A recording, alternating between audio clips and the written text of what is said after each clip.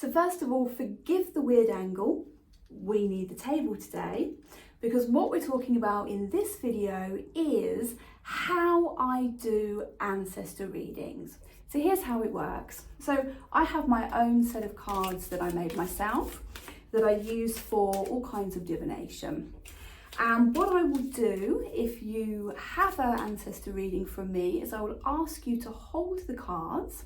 And as you hold the cards, I will ask you to think about yourself in the centre of your family. So really think about that family tree. Think about where you sit, think about your parents, your grandparents, those bigger than that, your great-grandparents, the family line. Think about family friends that became part of your family. So think about how your family are put together as you're shuffling the cards.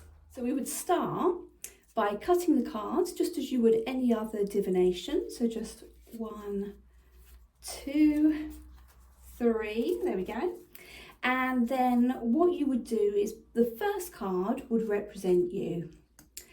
And then I would ask you if you felt that you wanted to add siblings. So you tell me the significant family members. So an older sibling would go in front, a younger sibling would go behind. And then you would look at adding your parents. So your parents you can add as, so you've got a mother and a father. So you would add the elder parent first and then the younger parent second. And then if you have a step parent, you may want to add them. If you have a significant aunt or uncle, you might wish to add them. A significant family member or community member, you might put to one side. If you really feel that you want to look at, say for example, the Queen, if you're from England, you might want to put down a card for the Queen. And then you look at your grandparents. So again, if you have step-grandparents, you might want to add those as well. But we pop the grandparents there. And then from the grandparents, you can choose whether to add great-grandparents or you can choose to add a grandparent family line. So that would be what I'll do here. Just one card above to really represent the family line. And then we turn the cards over in the order that you wish to do them. So if we were doing a reading, then the cards would be facing you and I would be looking at them upside down. I'm dyspraxic, I'm really good at reading upside down, but it also makes it easier for you as the person having the reading to have more control over the cards and what you want to look at first. So for example, if you wanted to start with you, you would start and turn over the card that represented you first. And you would see what that card looked like and start making, I would talk to you about what that card represented. So this one is Hazel, if you can, I don't know how easy that is to see. You may choose then to turn your parental cards over first. So this we have shape-shifting. And as I say, these are cards I made myself. So I would explain the significance of each. So we've got shape-shifting and wandering. So this would represent somebody that was quite good at kind of internal journeying and somebody that was quite good at external journeying. So you could also maybe consider that the parents are, one is introverted, one is extroverted. So we would talk through what those cards might mean. And then you might choose to look at your siblings and you might have a closer relationship to your younger sibling, which would mean you'd turn that one over first, and then your older sibling and look at how those cards have come together. Then you'd look at grandparents, and we would do these one at a time. But basically what you would do is you would come to each card individually and you would basically do the ones that called to you at the time.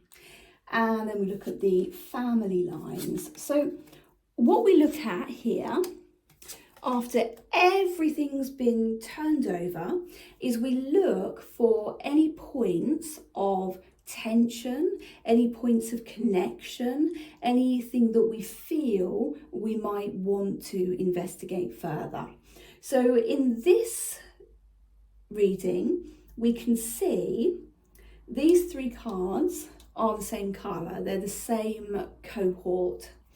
And this would suggest that this person was very close to their grandparent, but it would potentially show a link between the this grandparent and that, and show that they may be similar people. So they could have a similar name, they could have a similar energy.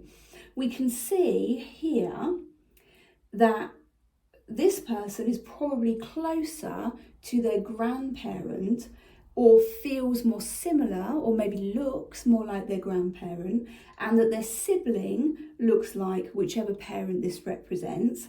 And this sibling, because it's the same, looks like this parent. But it also shows, so what we could see in this is that this person may feel that they're not as close in their family. They may feel like a bit of an outsider or a bit different within that family makeup. So when we look at the reading, we may be able to see various things. As I said, we may be able to see tension that might need healing and releasing. We may see things that we didn't know about the relationship that our grandparents had with their parents.